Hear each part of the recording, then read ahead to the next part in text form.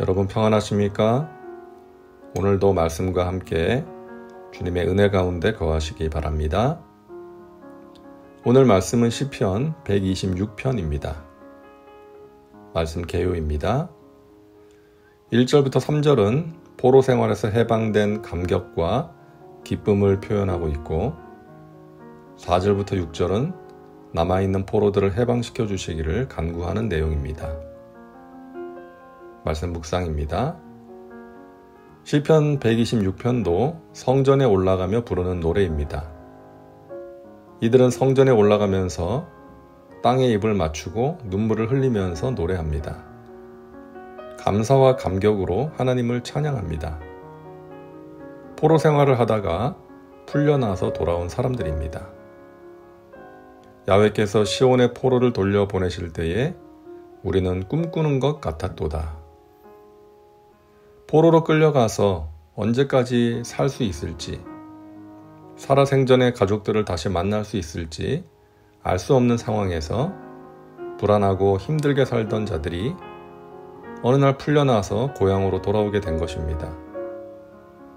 사랑하는 가족들을 다시 만나고 성전에 올라가 예배하게 된 것이죠.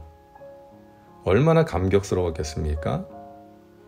그래서 꿈꾸는 것 같았다고 말하면서 하나님께 감사하고 있는 것입니다. 그때에 우리 입에는 웃음이 가득하고 우리 혀에는 찬양이 찼었도다. 그때에 문나라 가운데에서 말하기를 야훼께서 그들을 위하여 큰 일을 행하셨다 하였도다. 하나님께서는 이스라엘 백성들에게 세상에는 두 개의 길이 있다고 말씀하셨습니다. 하나는 사람의 종이 되는 길이고 다른 하나는 하나님의 말씀의 종이 되는 길입니다. 하나님께서는 애굽에서 종살이하던 이스라엘 백성들을 불러내어 자유를 주셨습니다. 그리고 철저하게 하나님의 말씀에 복종할 것을 말씀하셨습니다. 너희가 나의 율법을 지키고 내 말씀대로 살면 복을 받을 것이고 젖과 꿀이 흐르는 땅에서 오랫동안 살 것이다. 반대로 말씀을 무시하고 우상을 섬기면 망할 것이고 먼 나라의 포로로 끌려갈 것이라고 말씀하셨습니다. 그런데 이스라엘 백성들에게 하나님은 눈에 보이지 않았죠. 오히려 문명이 뛰어나고 군사력이 강한 이방 나라가 눈에 보였습니다. 그래서 그들은 하나님의 말씀을 버리고 이방의 문화를 따르고 그들의 신을 섬기게 되죠. 그들은 이방 신들이 농사가 잘 되게 해주고 힘과 복을 준다고 생각했습니다. 하지만 그 결과 그들은 이방 나라에게 망하게 되고 포로로 끌려가게 되었던 것이죠. 이때 그들은 자신들의 잘못을 깨닫게 됩니다. 하나님의 말씀의 종이 되지 않았기에 사람의 종이 되고 말았구나.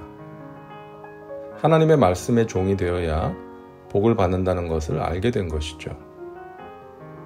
하나님께서 여러 선지자들과 또 여러 가지 방법으로 그들에게 말씀하셨고 결국 하나님께서 당신의 백성들에게 회복의 은혜를 베푸셔서 포로에서 돌아오게 되었던 것입니다. 많은 사람들이 하나님의 종이 되는 것을 싫어합니다. 자유를 잃어버린다고 생각하기 때문이죠. 그래서 하나님을 떠나 살고자 합니다. 세상을 따라가고 세상을 즐기고자 합니다. 그런데 그렇게 하면 오히려 자유를 잃어버리고 죄와 세상에 매여 살게 됩니다. 그러나 하나님께 매여 살면 자유가 있습니다. 역설적인 진리입니다. 예수님께서 말씀하셨죠? 수고하고 무거운 짐진 자들아 다 내게로 오라. 내가 너희를 쉬게 하리라. 나는 마음이 온유하고 겸손하니 나의 멍에를 메고 내게 배우라. 그리하면 너희 마음이 쉼을 얻으리니.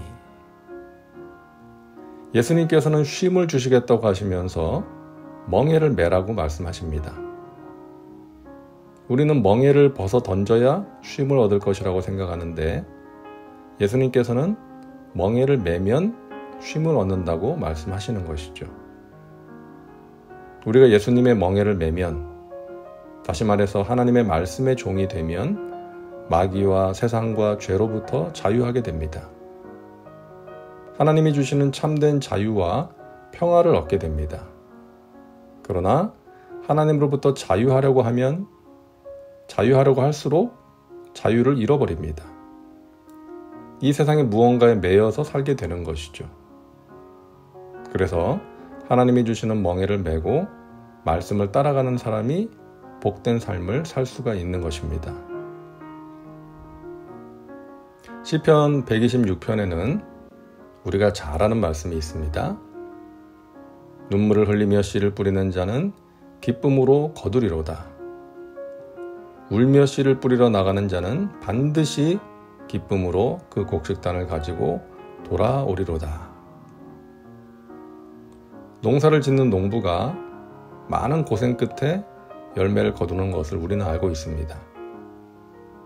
씨를 뿌리기 전에 땅을 일궈야 되죠. 돌을 주워서 옮기고 잡초를 제거하고 해도 끝이 없는 일들을 해야 합니다. 힘든 과정을 참고 이겨내면서 일을 하고 씨를 뿌리는 것이죠. 1년 농사를 망쳐도 또다시 씨를 뿌려야 합니다. 그렇게 울면서 씨를 뿌리는 자가 기쁨으로 거두게 되는 것입니다. 세상에 공짜는 없습니다. 거저되는 일이 없습니다. 무언가를 얻기 위해서는 땀과 눈물이 필요합니다. 당장 눈에 보이는 결과가 없다 할지라도 결국에는 열매가 맺힐 것이라는 믿음으로 인내해야 합니다. 상황이 어렵다고 쉽게 포기해서는 안 됩니다. 특히 우리 사랑하는 젊은이들에게 필요한 말씀입니다. 지금은 힘들어도 눈물로 참고 씨를 뿌리면 반드시 미래에 좋은 일이 일어날 것이다. 희망을 잃어버린 세대, 좌절로 얼룩진 세대에게 이 믿음이 필요합니다. 하나님 살아계셔서 너를 사랑하시고 너와 함께 하신다. 너의 힘이 되시고 도움이 되시는 하나님을 믿음으로 최선을 다해라. 눈물로 씨를 뿌려라. 그러면 반드시 미래의 귀한 열매가 맺힐 것이다. 그렇게 말해줄 수 있는 어른들, 그렇게 말해줄 수 있는 지도자가 이 시대에 필요합니다. 그리고 그런 삶을 본으로 보여줄 수 있어야 합니다. 하나님의 말씀의 종으로 살아갈 때, 힘들어도 그렇게 살아갈 때, 울면서 씨를 뿌릴 때 하나님이 주시는 은혜와 평강이 임하게 될 것입니다. 다음은 말씀 적용입니다. 오늘 말씀을 통해 당신에게 주시는 메시지는 무엇입니까? 당신 자신과 삶의 현장에 구체적으로 적용하시기 바랍니다. 이제 기도합니다. 사랑과 은혜가 풍성하신 하나님, 오늘도 말씀과 함께 살게 하시니 감사합니다.